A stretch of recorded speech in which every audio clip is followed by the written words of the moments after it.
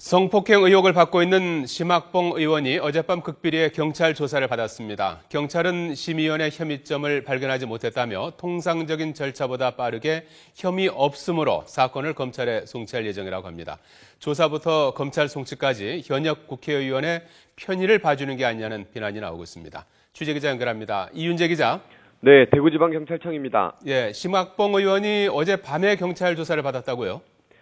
네, 성폭행 혐의를 받고 있는 심학봉 의원은 어젯밤 9시 반에 피의자 신분으로 대구지방경찰청에 나와 2시간여 동안 조사를 받고 돌아갔습니다.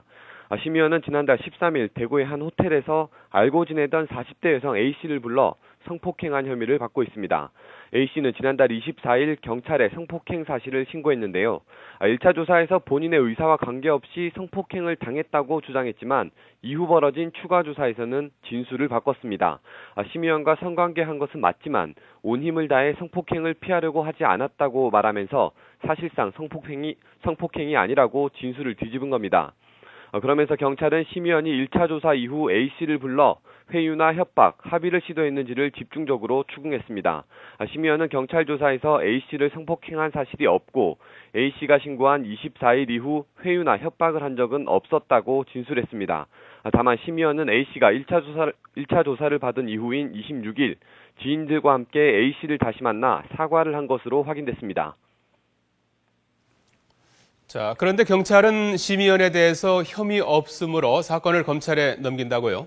그렇습니다. 경찰은 어제 심 의원에 대한 소환 조사를 끝으로 사실상 수사를 마무리 지었는데요. 혐의 없음으로 내일 검찰에 사건을 송치할 계획입니다. 우선 피해자인 A씨가 성폭행이 없었다는 취지로 진술을 바꿨고 피의자의 처벌도 원하지 않기 때문에 수사를 할 근거가 없다는 겁니다. 또 호텔 내에서 두 사람이 사이에 있었던 성관계 등의 내용은 개인 사생활과 관련된 문제로 확인해 줄 수 없다고 못 박았습니다. 경찰의 이런 태도에 현직 국회의원을 감싸고 있는 것 아닌가 하는 지적이 나오고 있습니다.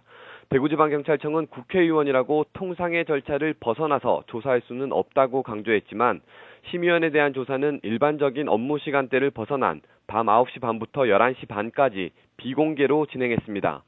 경찰은 심의원에 대한 혐의가 확정되지 않았기 때문에 경찰 소환 일정을 공개할 수 없다고 해명했습니다. 하지만 성폭행 혐의로 사건이 접수됐고 심의원을 피의자 신분으로 소환했던 것만큼 경찰이 현직 국회의원의 편의를 봐줬다는 비난을 피하기 어려울 것으로 보입니다. 지금까지 대구지방경찰청에서 YTN 이윤재입니다.